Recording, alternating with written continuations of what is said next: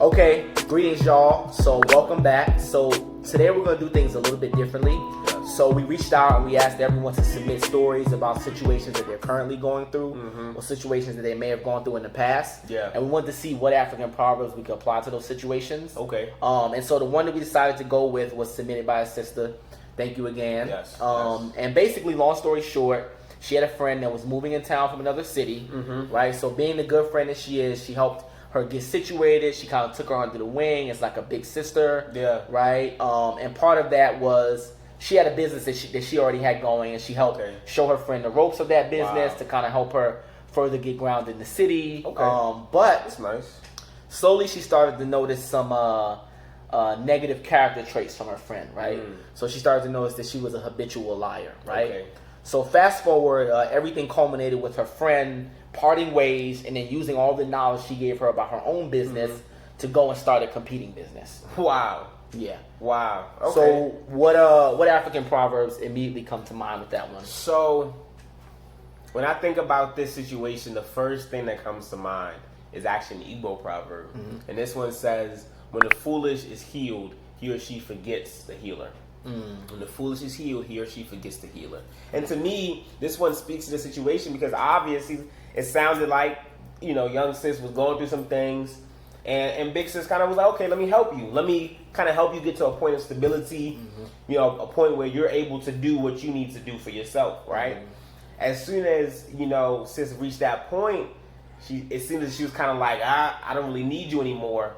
Right. Deuces, I'm gone, right? I'm going to do what I'm going to do. And not even just I'm gone, but I'm going to do something that could potentially destroy what you're trying to do. Yeah. Right? So the proper respect and homage wasn't paid to the person who was helping them, helping them get to this point. Yeah. Right? So I think that one is one of the first things that comes to mind when I hear this one.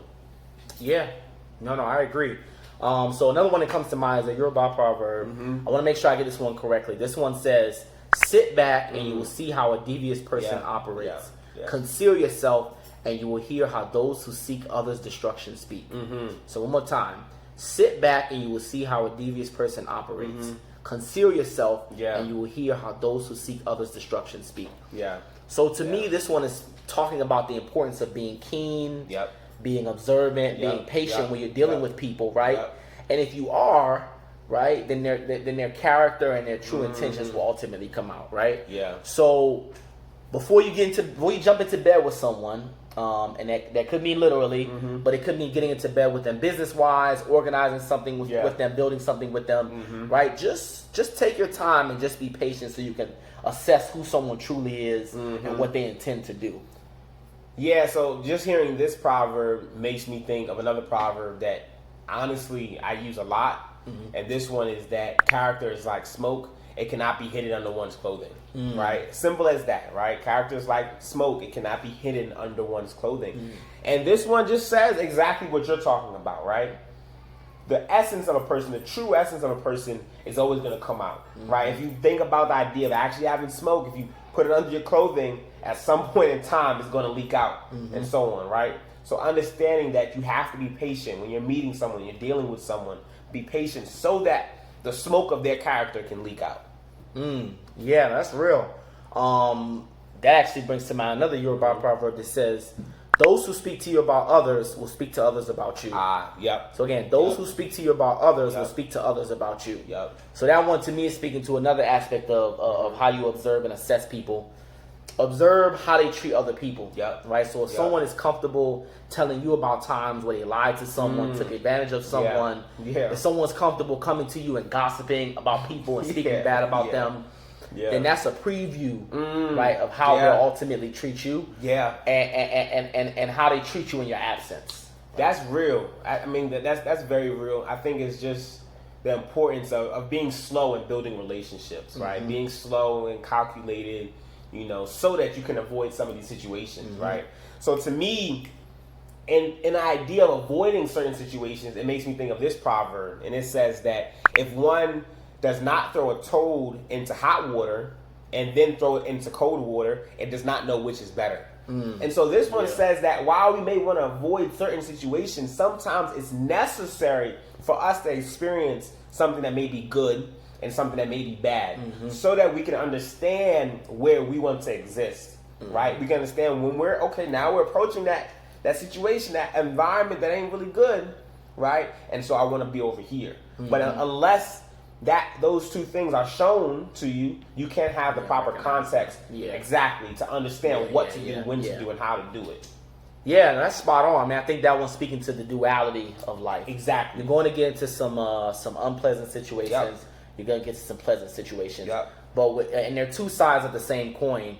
But without one another, you don't really have the proper context to understand the other one. Exactly. So, another Yoruba proverb that comes to mind says, "The house of a good person never burns completely. The house of a wicked person never burns partially." Wow. So one more time. "The house of a good person never burns completely. The house of a wicked person never burns partially." So to me, that's this one, and we had some proverbs last week that spoke to the same idea of this karma or this universal balance that exists, right? Yeah. So a wicked person may win temporarily, right? But ultimately, if they build whatever they built on lies, on deceit, on thievery, then it's ultimately going to come crashing down. And so on the other side, a good person may be short temporarily, right? But they're going to always, if their character is good, they're going to always land where they need to land. That's real. I think that it does speak on that like karmic level with dealing with the universe and so on. But even just on a person-to-person level, if someone has righteous character and they do something, right, and maybe something goes wrong, people are going to want to come and help. Because the person has righteous character, they're engaging in a very positive manner and so on. So when a person who's very wicked does X, Y, and Z and it fails, people are going to step back like, well, you shouldn't have been acting like this. Yeah. You know? So that's a very, very, very deep Proverbs. And I mean, I think there are a lot more that can apply to this situation, but I think these are a good couple. We can go on forever. I mean, one that just popped into the back of my head said, "Do not tell one who's carrying you he stinks." There's another one that says, "He who is being carried does not realize how far the village is." Yep. I mean, we can go on and on and on. So, again, please write us with any stories that you have. We love to discuss them. And any topics, anything, let us know. We're going to be back next week again, with some more fire for you. Absolutely. Like, share, comment, all of it. We appreciate you.